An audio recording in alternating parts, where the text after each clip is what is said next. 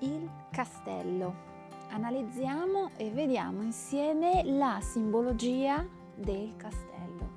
Bene, come sapete, di solito i castelli venivano eretti in punti tendenzialmente inarrivabili, per esempio sopra le cime delle montagne, con la possibilità di guardare tutto il territorio e tutta la vallata. Questo permetteva di poter vedere eventuali nemici o eventuali invasori, e solitamente chi abitava nel castello? Principi, re.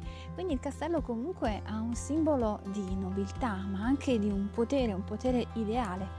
Per questo motivo possiamo paragonare il castello anche ad un tempio.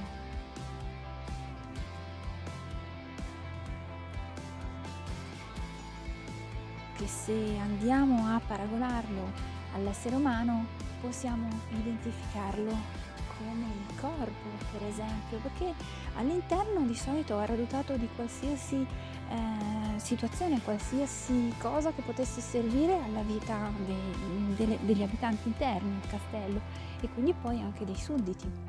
Per questo motivo tutto ciò che è legato al castello è un'immagine che indica comunque forza, inespugnabilità, ma se andiamo a considerare le profondità interiori in un essere umano, l'anima e il castello con le sue segrete rappresenta l'inconscio. Questa è la simbologia legata a questa forma molto particolare di costruzione che nell'essere umano rappresenta lo stadio del corpo esterno e interno all'essere umano.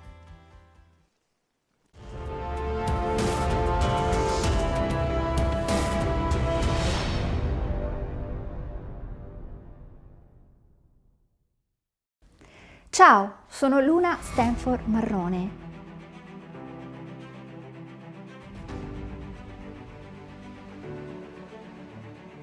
E non sono soltanto una ricercatrice studiosa e appassionata di simbologia, ma sono nata e cresciuta nei simboli.